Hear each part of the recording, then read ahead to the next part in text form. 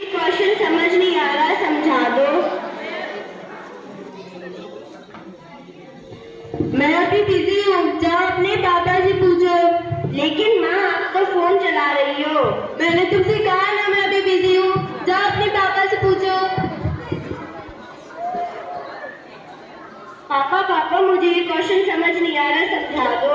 मैं अभी बिजी हूँ, मैं अभी ऑफिस के काम में बिजी हूँ। तुम क्लास में क्या कर रही थी? तुम्हें मैम ने समझाया नहीं? समझाया तो था लेकिन समझ नहीं आया। तुम्हें दिखाई नहीं देता? मैं अभी बिजी हूँ ऑफिस के काम से। जाओ, तुम्हारी ट्यूशन टीचर आती होंगी, जाके उनसे पूछना। ठीक है, जब तक मैम नहीं आती मैं फोन चला लेती हूँ।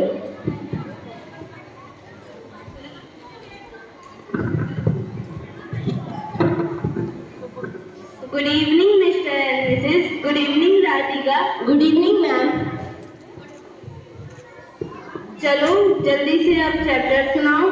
बट मैम, मुझे ये क्वेश्चन समझ में नहीं आ रहा। कौन सा वाला? मैम, ये वाला। अरे ये तो मैंने क्लास में करवाया तो था। मैम, करवाया तो था पर मुझे समझ में नहीं आया। पहले तो तुम्हें इसका फॉर्मूला पता होना चाहिए। इसका फॉर्मूला है hypotenuse square is equals to base square into height square. Okay ma'am. Excuse me, मैं 2 मिनट में आऊँ। जब तक मैम नहीं आती मैं फोन चला लेती हूँ।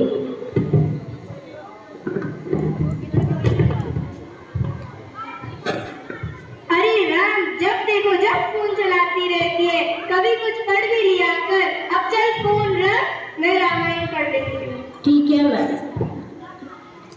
दादी की। अरे नमस्ते जी, दादी को दी एक साथ। अरे नमस्ते नमस्ते, मैं रामायण पढ़ रही थी, आइए बैठिए।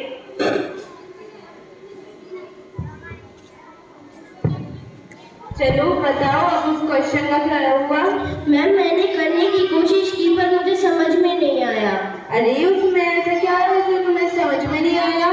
मैंने तुम्हें फॉर्मूला बताया तो था। क्या फॉर्मूला है? मैम, मैं भूल गई। तुम बस दिन भर मोबाइल चलाती रहती हो, यहाँ तक कि फॉर्मूला तक याद नहीं है। Sorry ma'am.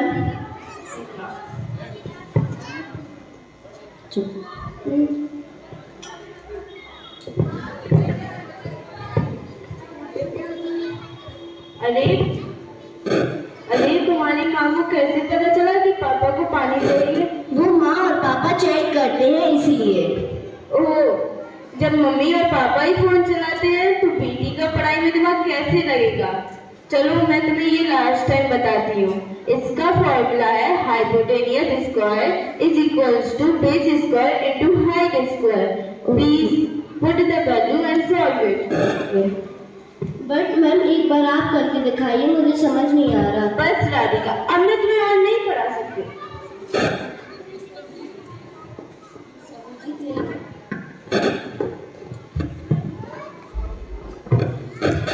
Mister and Mrs, अब मैं आपकी बेटी को और नहीं पढ़ा सकती हूँ। वो बस दिन भर ऑनलाइन ही रहती है।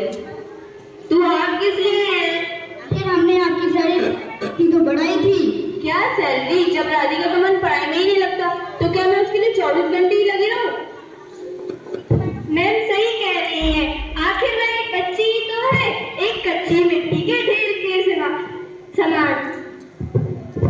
आप उसे जैसा डालोगे वह तो वैसे ही डल जाएगी। और वैसे भी मोबाइल के ज्यादा यूज से बच्चों की मेमोरी और कंस्टिट्यूशन वीक हो जाती है। Sorry ma'am. Sorry ma'am. अब से हम राधिका पर ज्यादा ध्यान देंगे, ना कि फोन पर। सॉरी मैम, आज से मैं पढ़ाई पे ज्यादा ध्यान दिया करूंगी। Very good.